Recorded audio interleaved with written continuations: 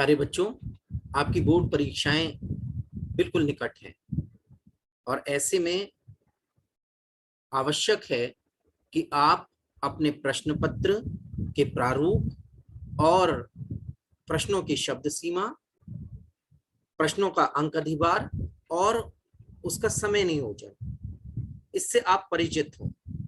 तो आज मैं कक्षा 10 के हिंदी कोर्स बी के विद्यार्थियों से बातचीत कर रहा हूं और इसी विषय पर बातचीत कर रहा हूं। कक्षा 10 हिंदी कोर्स बी, अंक अधिभार, शब्द सीमा और समय नियोजन।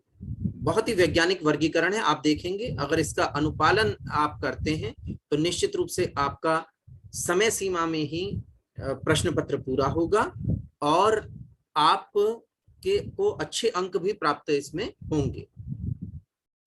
पहला प्रश्न है, जैसे अगर आपने सीबीएसई द्वारा जारी प्रतिदर्श प्रश्न पत्र देख लिया होगा, पहला प्रश्न जहां आपको 3 प्रश्न मिलेंगे जिसमें से आपको 2 करने हैं।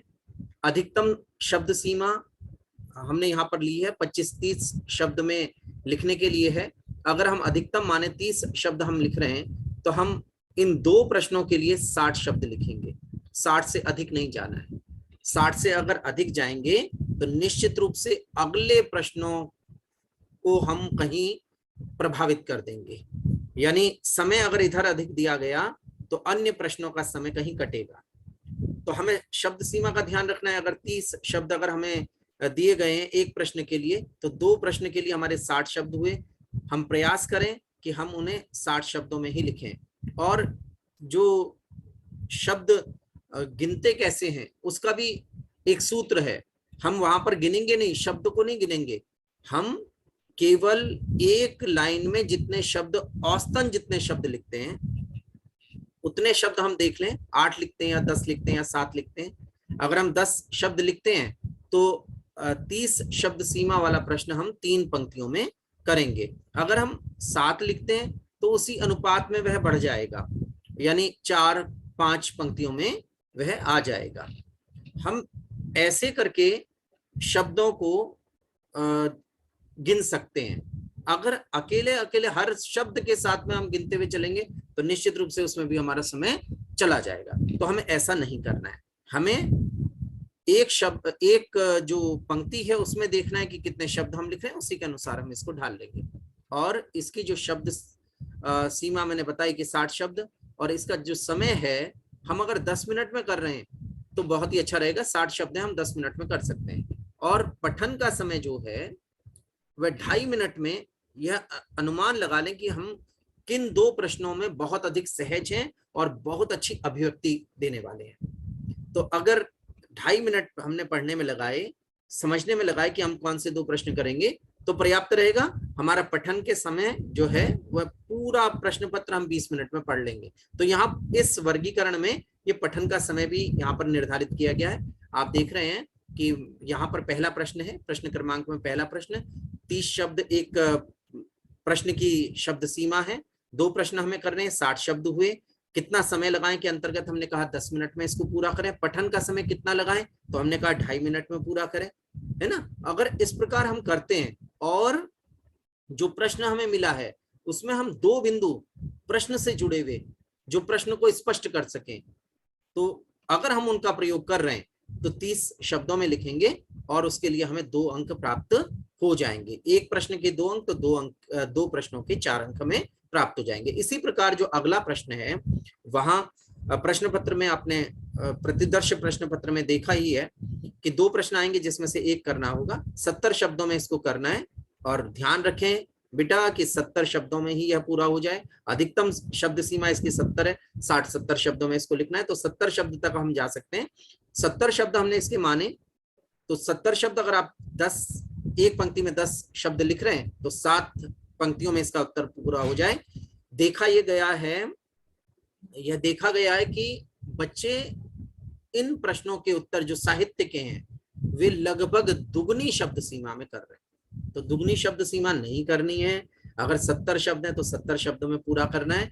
और एक प्रश्न है 10 मिनट में इसको भी करना है और 2.5 मिनट का समय पढ़ने में लगाना है, समझने में लगाना है कि कौन सा सहज है, उन दोनों प्रश्नों में से कौन सा प्रश्न हमारे लिए सहज है। और निश्चित रूप से बार बार कह रहा हूं कि अगर अभिव्यक्ति बहुत अच्छी आई, आपने समय सीमा का भी पालन कर लिया, शब्द सीमा का भी पालन कर लिया, तो आपको 4 में से 4 अंक मिल जाएंगे। अगला जो तीसरा प्रश्न है वह, उसकी शब्द सीमा 50 शब्द है, यानी 2 प्रश्न करने तो 100 शब्द हो गए, और 3 प्रश्न वहां पर संचयन के आपको दिखाई देंगे। आपके संचयन जो पूरक पाठ्य पुस्तक है उसमें से ये प्रश्न आएंगे, 3 प्रश्न होंगे। 100 शब्दों में आपको 2 प्रश्नों के उत्तर देने हैं, और 20 मिनट का समय इसके लिए निर्धारित है। तो 50 शब्द 10 मिनट, 50 शब्द 10 मिनट, यानी जो 100 शब्द हैं वे आपको 20 मिनट पर कॉपी में उतारने हैं। आप आराम से उतार सकते हैं, बहुत अच्छी अभिव्यक्ति दे सकते हैं। और इसको पढ़ने में, इसमें भी समय, आप 3 प्रश्न आए हुए हैं तो सहजता के साथ आप 2.5 मिनट में इसको पढ़ लें। जो जिसमें आप अधिक सहज महसूस करें और उन 2 प्रश्नों को आप कर लें। ये निश्चित रूप से अगर आपने अच्छा किया तो 3 अंकीय प्रश्न है, 3 में से 3 अंक आपको मिल जाएंगे। 2 प्रश्न आप करेंगे, 6 अंक आपको प्राप्त हो जाएंगे। अब देखिए कितना वैज्ञानिक वर्गीकरण है कि कुल शब्द आपके 230 आ रहे हैं, अधिकतम शब्द। इसके लिए निर्धारित समय 40 मिनट दिया गया। आपको प्रश्न कितने करने हैं? 5 प्रश्न करने हैं, है ना। तो आप अगर यहाँ पर कहीं समय बचा लें साहित्य में, जैसे आपने देखा संचयन में यहाँ समय आप बचा सकते हैं, तो यहाँ बचाएंगे तो रचनात्मक लेखन में काम आ सकता है समय, या पुनरावृत्ति के लिए आप उसका उपयोग कर सकते हैं। तो यहाँ पर समय बचाने का आप प्रयास करें। आगे है अनुच्छेद लेखन, रचनात्मक लेखन में आए 150 शब्दों में आपको करना है, एक करना है। 20 मिनट के लिए यहाँ पर समय निर्धारित किया गया है कि 20 मिनट में अगर आप पूरा कर लें तो आप पेपर पूरा करेंगे, आपका कुछ नहीं छूटेगा। लेकिन निर्धारित शब्द सीमा का आपको अनुपालन करना है। 150 शब्द हैं तो 150 शब्द, 200 तक नहीं जाना है। 2 मिनट में आप 3 जो आपको विकल्प मिले हुए हैं उसमें से चयन कर लें। जो आपको लगे पहले ही कि उसमें आप सहज नहीं है उसको छोड़ दें, उसको पढ़ने में समय व्यर्थ ना करें। जो आपको सहज लग रहे हैं 2 या 1 भी सहज लग रहा है तो आप उसी के संकेत बिंदुओं पर वो 2 मिनट बिताएं, तो आप बहुत अच्छा कर सकते हैं। आगे है पत्र लेखन, 120 शब्दों में लिखना है। 15 मिनट का समय इसके लिए निर्धारित है कि आप 15 मिनट में कर लेंगे तो बहुत ही अच्छा रहेगा। 2 मिनट यहाँ भी पढ़ने के लिए, क्योंकि आपको 2 जो विकल्प मिलेंगे उसमें आप जहां अधिक सहज होंगे उसको आप देख लें, उसके विषय वस्तु के कुछ बिंदु भून लें ताकि विषय वस्तु आपकी आकर्षक आ जाए।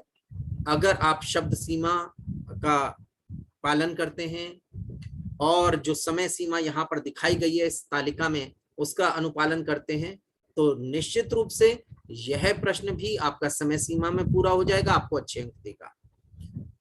आगे है विज्ञापन लेखन। आप जानते ही हैं कि इस बार आपको 2 विज्ञापन लेखन करने, यानी 50-50 शब्द सीमा वाले 2 विज्ञापन।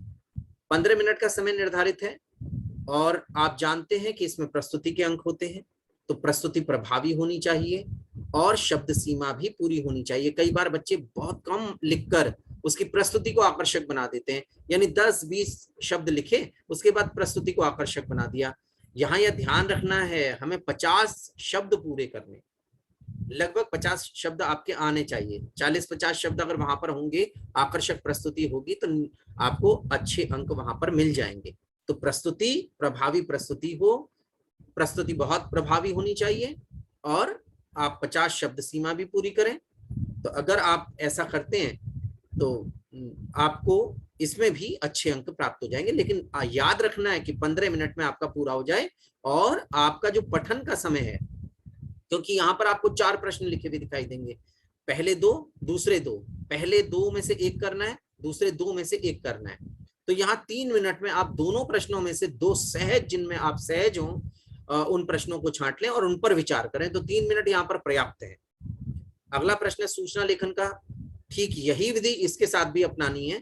50-50 शब्दों वाली 2 सूचना आपको करनी है, तो 15 मिनट का समय आपके लिए निर्धारित है।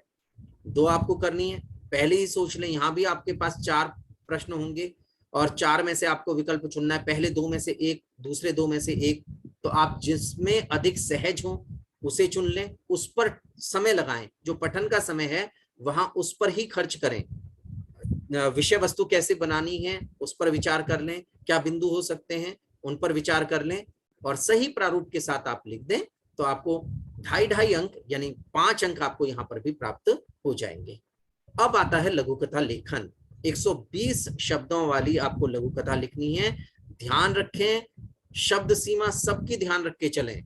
अगर शब्द सीमा का ध्यान है, बहुत अधिक हम विस्तार देते हुए नहीं चल रहे हैं या बहुत कम लिखते हुए नहीं चल रहे हैं तो अंक अच्छे आएंगे। तो 120 शब्द यहाँ पर हैं आपके लिए और 15 मिनट में इसको भी करना है। 2.5 मिनट आपको जो विषय मिलेंगे उनमें से आपको एक सहज विषय का चुनाव कर लेना है और उसको उसके प्रवाह बिंदु बना लेने हैं। प्रवाह बिंदु आपने बना लिए लघु कथा लेखन के, तो आपने आरंभ कैसे करना है, समापन कैसे करना है, आपको इतना ध्यान रखना है। अगर आपने इतना ध्यान रखा फिर आप उसके अंदर वो कथा पूरी विस्तार से लिख देंगे। एक निरंतरता उसके अंदर होगी, अच्छी कथा आ जाएगी। 2.5 मिनट इसमें भी लगाएं पठन के समय में। पठन के समय में आप वो प्रवाह बिंदु पर विचार कर सकते हैं कोई एक विषय लेकर, और उसके बाद कागज पर जब आप उतारें तो 15 मिनट में आप कागज पर उसको उतार देंगे।